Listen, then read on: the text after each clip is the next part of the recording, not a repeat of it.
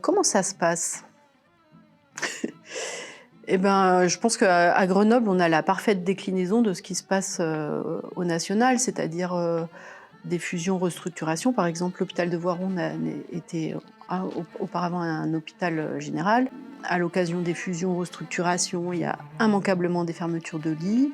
Heu, les urgences qui sont, la partie, émergée de l'iceberg sont en grande difficulté. En Isère, il y a un service d'urgence qui fonctionne toutes les nuits, c'est le CHU Nord. Et puis ailleurs, les services d'urgence sont régulièrement fermés, notamment à Voiron, depuis, maintenant 2 ans ou 3 ans, l'hôpital est fermé à l'accueil la nuit. Voilà. Donc les difficultés, elles sont liées, au manque de lits d'aval, bon évidemment en amont aux difficultés d'accès à la médecine de ville, mais pas seulement. Les patients, ils ont besoin souvent d'être hospitalisés, et on n'y peut rien, la population vieillit, les gens sont malades et en fait à un moment ils ont besoin d'être hospitalisés. Donc ils arrivent à l'hôpital, très souvent par la porte d'entrée des urgences et là, ça stagne, on est en difficulté. C'est insupportable de ne pas pouvoir, prendre en charge les malades, ça c'est sûr, de la façon qu'on juge, nécessaire, utile, adaptée.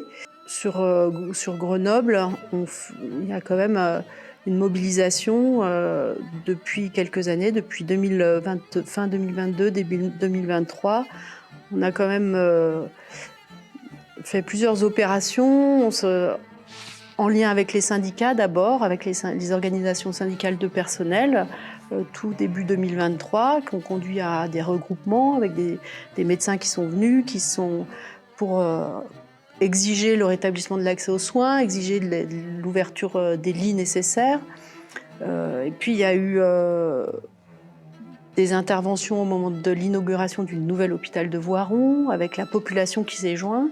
Et puis là, plus récemment, en décembre 2024, il y a eu ce qu'on a appelé le campement à la direction, chez la directrice, où on a appuyé sur une conférence de presse où on avait la présence de 2 députés, des organisations syndicales de personnel, d'organisations syndicales médicales, pas que nous, hein, aussi l'USP, la MUF étaient présents. Et de la population, on a porté l'exigence d'un certain nombre de revendications très précises qui, à notre sens, peuvent permettre d'améliorer la situation. Il y a un certain nombre de médecins qui pourraient être embauchés, il y a des lits qui pourraient être ouverts, qui pourraient permettre donc de fluidifier l'aval des urgences et donc de recruter de nouveau des médecins aux urgences. C'est pas que les médecins et les personnels disparaissent, c'est que les conditions d'exercice sont telles que les collègues ne viennent plus, ne prennent plus ces postes-là.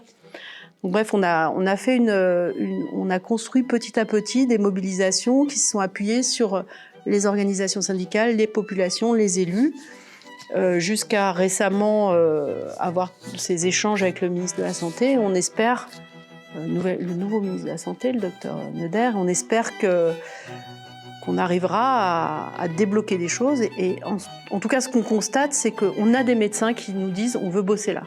On a des médecins, ils sont là, ils disent « moi je suis OK pour bosser ». On a un étage, par exemple à Voiron, si on prend la situation de Voiron, il y a un étage où on peut mettre 20 lits. Il y a un bloc dans lequel on peut ouvrir une salle de bloc. Tout est ficelé, le projet, le matos, tout. On a des médecins qui sont OK pour venir.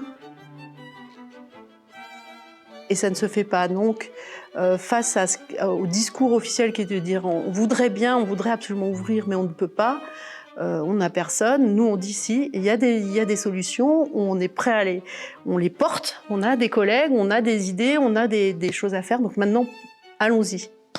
Voilà. Et on est sur cette ligne et c'est tout l'enjeu de la mobilisation qui a eu lieu là depuis quelques mois autour de Grenoble et Voiron. Et on va voir si on arrive à continuer à avancer.